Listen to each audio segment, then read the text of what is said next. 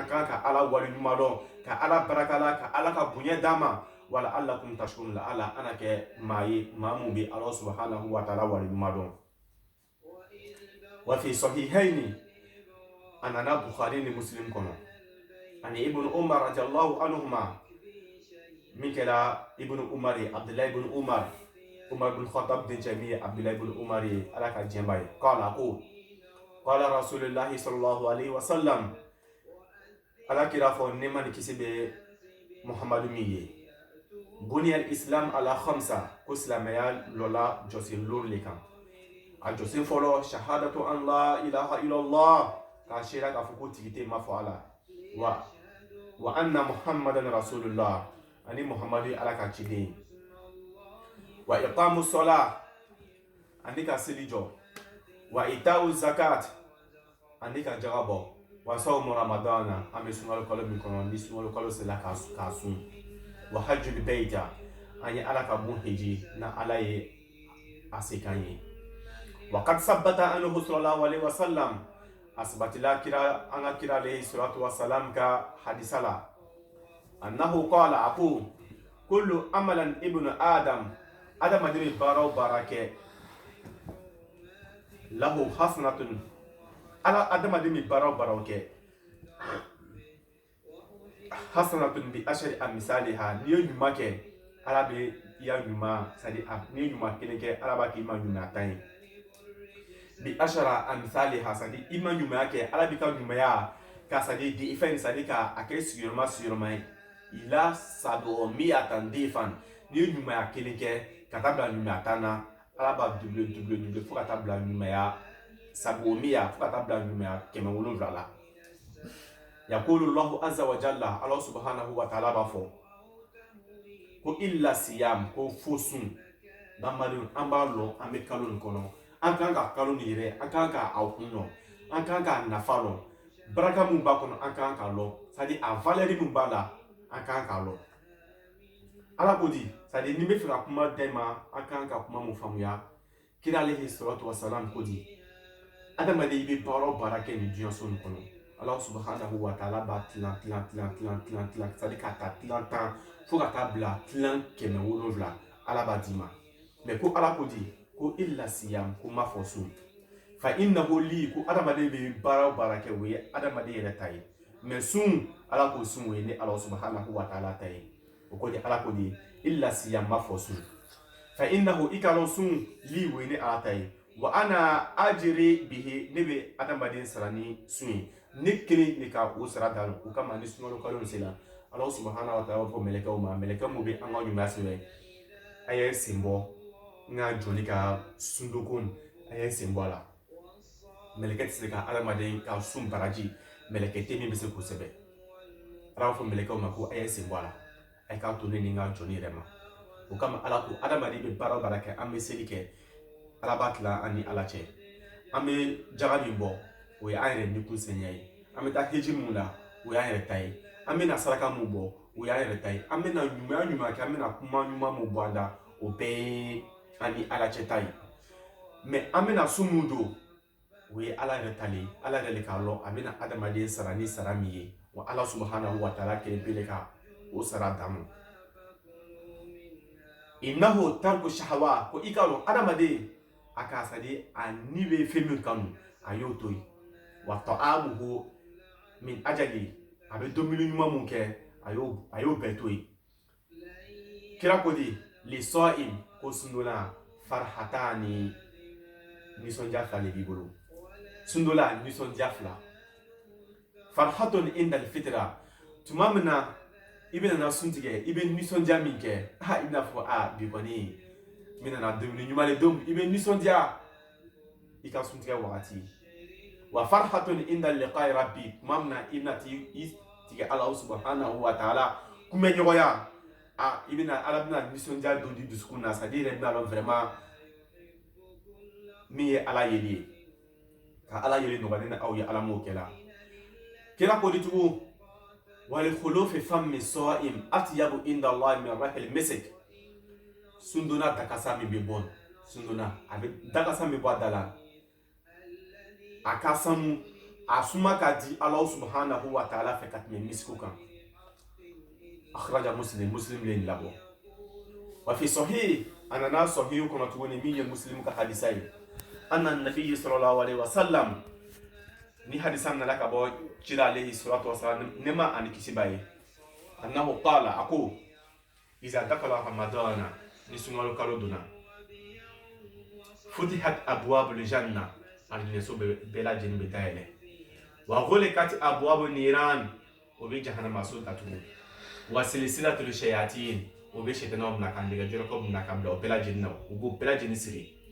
wa akhraja Tirmizi ni hadisan bɔra Tirmizi la wa Ibn Majah ani Ibn Majah anna nabiyyi sallallahu alaihi wasallam ni hadisan nana ka bɔ ciba alayhi salatu wasalam la annahu qala ko iza kana awwalu laylatu ramadana ina fɔ an bɛna don bi sunkalo kalo na bi sunkalo kalo su fɔlɔ min ye bi ye sufitat shayatin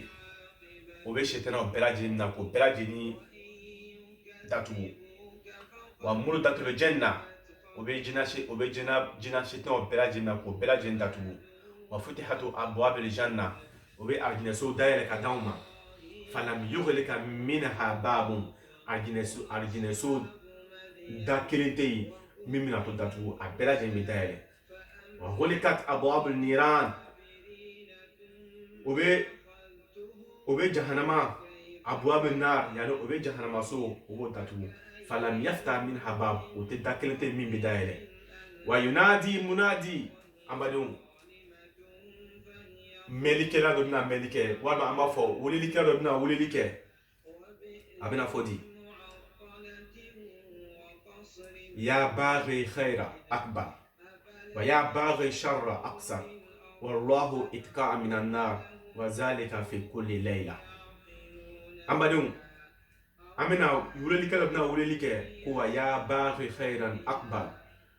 jɔn de bɛ nin ɲɛsi ka taa Allah subhanahu wa ta'ala ka hɛrɛw ma wa ya baghi sharru aksar jɔn bi ni kɔdo ka bɔ Allah subhanahu wa ka bɔ jugumafɛnw la wallahu Allah subhanahu wa ta'ala atqa minan nar ala ye tasuma mina sadi ka nɛgɛjurukɔ yɛrɛ da tasuma yɛrɛ la wa zalika fi kulli layla ni bɛna kɛ sunkalo kalo bɛɛ lajɛlen fo ka taa bila sunkalo kalo laban na wa fi sahihayn ni lakɛna ka bɔ Muslimu ni Bukhari ka hadisa la an Abi Hurayra ni hadisan nana ka bɔ Abi Hurayra tara radiyallahu anhu ala ka diɲɛ ba ye annahu anna nabi sallallahu alaihi wasallam ni hadisan bɔla ala kira yɔrɔ nema ani kisi ba ye qala ko man sama ramadanan ambadenw maa min ye sunkalo kalo nin sun imanan limaniya bolo ma wa ihtisaban ani sadi ni kɔnɔrɔdiya ni ɲumanya ye ghufira Allahu lahu ma taqaddama min zambihi ala bɛ yafa i jurumu i ye kɛta mun kɛ i ma kɛta mun kɛ ala bɛ yafa bɛɛ lajɛlen ma wa man qama mɔgɔ min ye a sufɛlɛliw kɛ min ye a nafila seliw ye ala bɛ yafa i jurumu ma qaddamta ma akhartu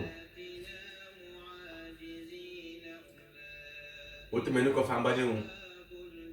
wa sabbata anhu sallallahu alaihi wasallam ni hadisa min nana ka bɔ ala kira la nɛɛma ani kisi b'a ye kana fi ghalib la yazid fi ramadan kira tun kɛra maa ye a kun tɛ sadi fɛn kun tɛ a kunbɛnniya ka bɔ alabato ma ni sunkalo kalo nin kɔnɔ la yazid fi ramadan a tɛ farali kɛ ni sunkalo kalo nin kɔnɔ wala fi ghayri ala ihda ashra raka'atin yusalli arba fala tas'alu an husnayn wa tulayn thumma yusalli arba'an fala وليس في قيام رمضان حد محدود kira alayhi salatu wasalam kote sunkalo kalo a kiyamu sadi min ye a sufɛlɛliw ye o juru t'a la sadi k'a fɔ ko n bɛna n seli ni seliko dan na i b'i seko damayira de kɛ la ala i na ala ka hinɛ sɔrɔ la ala i na don ala subhanahu wa ta'ala ka yafa kɔnɔ ka ne ni aw bila ala ka yafa kɔnɔ ala m'o kɛ la ka yafa an jurumu ma ala m'o kɛ la ka yafa an jurumu ma ala m'o kɛ la ka yafa an jurumu ma ala m'o kɛ la an bada alisilamɛw inshallah an badenw an bɛna nin kumakan an bɛna bila nin yɔrɔ nin na min ye seli ka sun ka fadali a fisamadiyaw ye a nafaw n'a valɛriw n'Ala subhanahu wa taala sela ka wagati bɛrɛ bila ni aw si kɔnɔ inshallah an bɛna tɛmɛ ni a dakuruɲa tɔw ye donc inshallah Allah subhanahu wa kira alayhi salatu wasalam a ye duwawu min d'an ma duwawu min an bɛ to k'a kɛ nin sunkalo nin kɔnɔ k'a caya i n'a fɔ an ba Aisha ko kira alayhi salatu wasalam kun b'olu yamara ka kuma kelen min fɔ ka kuma ni caya ni sunkalo kalo nin kɔnɔ o de kun ye juma ye Allahumma innaka afuwun karimun tuhibbul afwa fa'fu anna Allahumma innaka afuwun karim tuhibbul afwa fa'fu anna ya Allah innaka afuwun yafa ile Allah subhanahu wa ta'ala tai fa'fu anna yani ya Allah ile Allah subhanahu wa ta'ala innaka afuwun ile yafa masai tuhibbul afwa yafa kadi ile alai fa'fu anna yafa ma akoro lebete donc an bɛ nin kumakan an b'a cɛya ni sunkalo kalo nin kɔnɔ la an bɛ don Ala ka yafa kɔnɔ la Ala bɛ se ka yafa an jurumu ma ɲa ma o kɔfɛ amadenw mun bɛ sunkalo na fana an b'an jija mun bɛ a surulidomo ye c'est à dire a suhur an b'a kɛ a wagati la ani a suntigɛw i n'a fɔ Rasul alayhi salatu wasalam a b'a fɔ la an ma ten ko min bɛ sun c'est à dire a sunnaw la ta'jilul fitri an bɛ teliya ka sun tigɛ wa ta'khiru suhur an bɛ suhuri an b'a retardé o kɔfɛ a tilala k'a fɔ an ɲɛna tuguni ko tasaharu ko an ye suhur dɔw fa inna fihi baraka suhurudomo baraka b'a la sabu maa caman de bɛ sariya bolo ma u tɛ se ka wuli fajiri fɛ k'a fɔ ko bɛna se ka suhuri dɔn an badenw mun ka baara le i bɛ se k'a dabila an b'an ɲɛsin ka taa Ala subhanahu wa taala ka fardaw ma k'a ɲɛsin ka taa kira alayhi salatu wasalam ka taabolo ma ya rabbi nin sunkalo barakaman na ka yafa an jurumu ma Ala m'o kɛla ka an barajiw ka double nin kalo nin kɔnɔ Ala m'o kɛla k'an ka bato mina nin kalo na Ala m'o kɛla k'an ka bato mina nin kalo na Ala m'o kɛla nin kalo nin yɛrɛ banni kɔfɛ ka limaniya sabati an dusukun na Ala m'o kɛla wa akhiru da'wana alhamdulillahi rabbil alamin